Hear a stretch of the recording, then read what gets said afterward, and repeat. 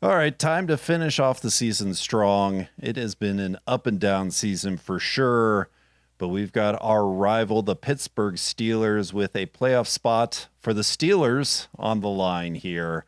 Will the Browns play spoiler? We're going to play top five reasons why the Browns come out victorious. Eric, let's go to you first here. Yeah, I think it's kind of continuing to build on what the Browns have been doing as a team the last few weeks. For the first time since being a member of the Cleveland Browns, Deshaun Watson threw for multiple touchdowns last week. That was a good sight to see. Compare that to what he did in Houston several weeks prior to that. So I expect Watson, Stefanski, and the offense to, continue to take that next step in this finale. Um, Doing so, the three touchdowns were great, but 9 of 18 for 168 yards on the other two ends. Leave a little bit room to be desired and a little bit more room for improvement. And I expect that again this week against the Steelers. Defensively, I think it was kind of a luck that they played Carson Wentz last week, who looked awful, put it mildly. Grant Delpit hasn't done anything pretty much since his career started for the Browns, and he looked like Troy Polamalu had Reed back there. So, yeah, I mean, I think they just got to come up with a game plan, do what works, but see what types of things within that specific silo, whether it's running the ball or passing the ball, works, and see what can be carried over next year. And defensively, see who should be on the team next year. So, yeah, just keep on building. Yeah, number four is Miles Garrett. Miles is 2.5 sacks behind the leader, which is Nick Bosa, who has 17 and a half.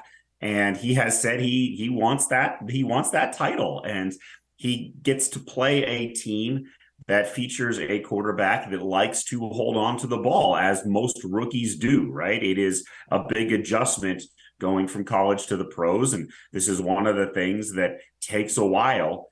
Is that you have to trust the play, you have to be able to throw it with anticipation, and there were some good signs from Kenny Pickett in some of the most recent games, but I think one of the big main takeaways here is that this is a rookie quarterback that does like to hold on to the ball. And this is an offensive line that simply cannot block Miles Garrett. The reason it worked in the past for the Steelers is because the quarterback got the ball out in less than 2 seconds every time. And that's not the case anymore. He'll hold on to it for 5 seconds. He'll hold on to it and wait and wait and wait and try to make something happen. And when you do that, you run the risk of Miles eating you, of just disrupting everything that you're looking to do. So I'm looking to see Miles Garrett have a big game. If he can really get in the face of Kenny Pickett, if he can, adversely affect that passing game the way that he is capable of doing, I think that the Steelers' passing game will be in for a long day. They'll have to stop the run.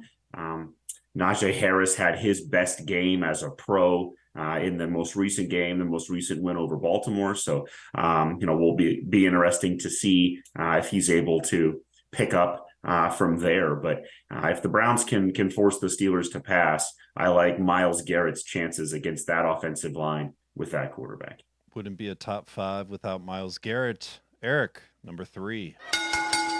Yeah, it's taking a look back at the past, but also seeing what we can do in the future. Is that the Browns did win a playoff game there 2 years ago in Pittsburgh for the first win in nearly 20 seasons. However, the skeptics would say that there would be little to no fans. It was really pandemic. It wasn't real. You have to take it with a grain of salt, grain of sand, whatever the saying is.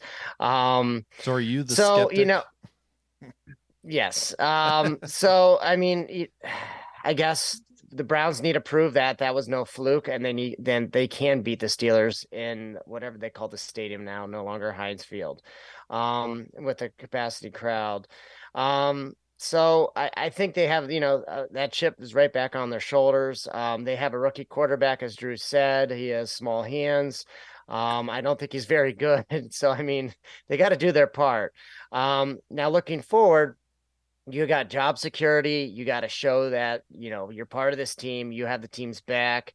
And to show that you're a proud franchise that has gone through some hard times, but you have a collection of good individuals who can become a great team beginning in 2023.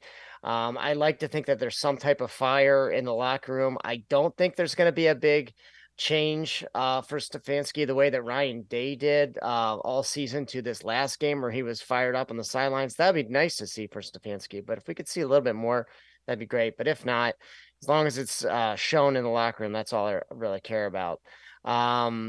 So, I mean, kind of what I said earlier, this is going to be a big evaluation. Who's going to be on the team next year? Who's going to stay? Who's going to be a reduced role, or who's going to be gone? They really need to show who the Cleveland Browns really are, and that the Browns should be able to compete and hopefully defeat the Steelers on a regular basis. So, yeah, I'm really looking forward to it, and I think this is hopefully a continuation of what started in 2020, is that winning in Pittsburgh. It's been some hard times, Daddy, but we got some sons of plumbers in that locker room, and we're going to bring home a win this Sunday. Drew, number 2. Number 2, it's the last place Pittsburgh Steelers. They managed to play their best game of the season last week, a very ugly, hideous, some might even say, game where they managed to squeak past a backup quarterback by scoring a grand total of, 16 total points. That's their best offensive game of the season. And I go to look at these lines, right? I'm from the future, want to give you a free bag of money. And I expected this line to open something like Pittsburgh at home with everything in the world to play for, and the Browns having nothing more than spoiler and pride and everything. And this thing opens up at Steelers -2.5. That's it? That's all you have? So I think just based on that line, they're expecting the Cleveland Browns to show up in this game. Either that, or they just don't think the Pittsburgh Steelers are all that good, which is a possibility certainly as well. With everything in the world to play for, that's where you're at with the line. So I look at that line. I think that's a Cleveland Browns line. Yes, they need the team to show up. Yes, they need to have their best game, but that's what that line is telling me. That's Vegas expects them to show up in this game. Browns are 8-9. The Steelers are the Browns would be 8-9 if they win. If the Steelers lose, they would fall to 8-9. By sweeping the last place Pittsburgh Steelers, the Browns would move ahead of them in the standings, and then we would, for the rest of the off season, be able to talk about the last place Pittsburgh Steelers. It feels right. It feels like the way this is supposed to go. So, I look at that line. I think that's a Browns line. And I think, that based on that, based on what we saw out of the defense, based on what we saw out of Deshaun Watson, I think the Browns are trending in the right direction. And I look for them to finish the season off on a high note. Speaking of trending, that's our number 1 reason. Browns have been trending upward. You look at Deshaun Watson's quarterback rating. I know that's not the favorite stat of everyone these days, but you take out the Saints, he's trending upward with every single game, getting better and better. Weather is looking like low 40s there at Acrobat Field, and I think Deshaun is going to have another good game. It certainly is not going to be sunny. There could be some weather, but I think Deshaun proves himself this weekend. Browns go out on a high note, send Pittsburgh to last place, and give us something to smile about as we go into the offseason.